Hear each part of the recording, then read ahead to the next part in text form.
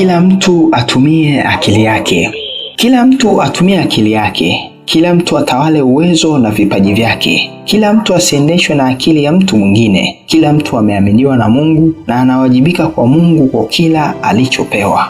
Hakuna bosi mwingine.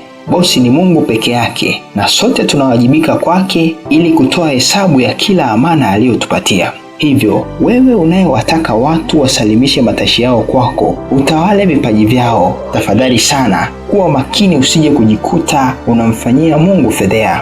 Acha kila mtu atumie akili yake. Hii ni AWUU TV. Karibu tuone ni kwa nini na kivipi. Kumbuka kusubscribe, kucomment, kulike na kushare pia.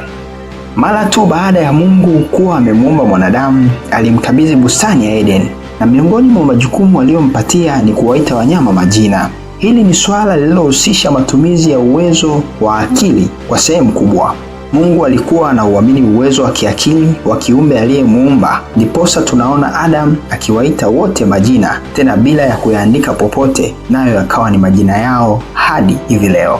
Hii inaonyesha vile ambavyo Mungu amemuumba mwanadamu kwa uwezo wa pekee wa kiakili. Anaweza kupanga, kufikiri, kuamua na kutenda pia kwa sababu ya akili aliyopewa na Mungu. Hebu yeyote asiache uwezo wake wa kiakili kufa. Usiache uwezo wako wa akili kufa. Kila mmoja atende kwa ufanisi na kwa akili kama Daudi alivyotenda miongoni mwa watumishi wote wa Sauli.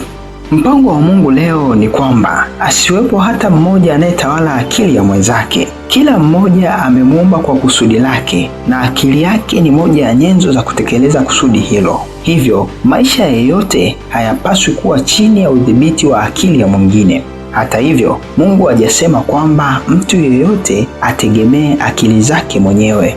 Isipokuwa anasema, mtumaini Bwana kwa moyo wako wote, wala usizitegemee akili zako mwenyewe. Ni Mithali 3:5.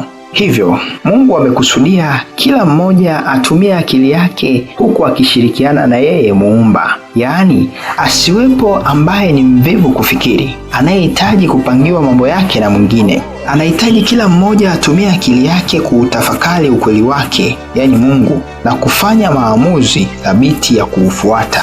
Linapokuja suala la kuamua, ni vyema kila mmoja atafakari faida na hasara zitakazoletwa na maamuzi na machaguzi yake, ndipo aamue. Ila ni vyema kila mmoja atende kwa utukufu wa Mungu na kwa mema ya wanadamu wote. Kila mtu awe na akili katika mema na mjinga kwa mabaya.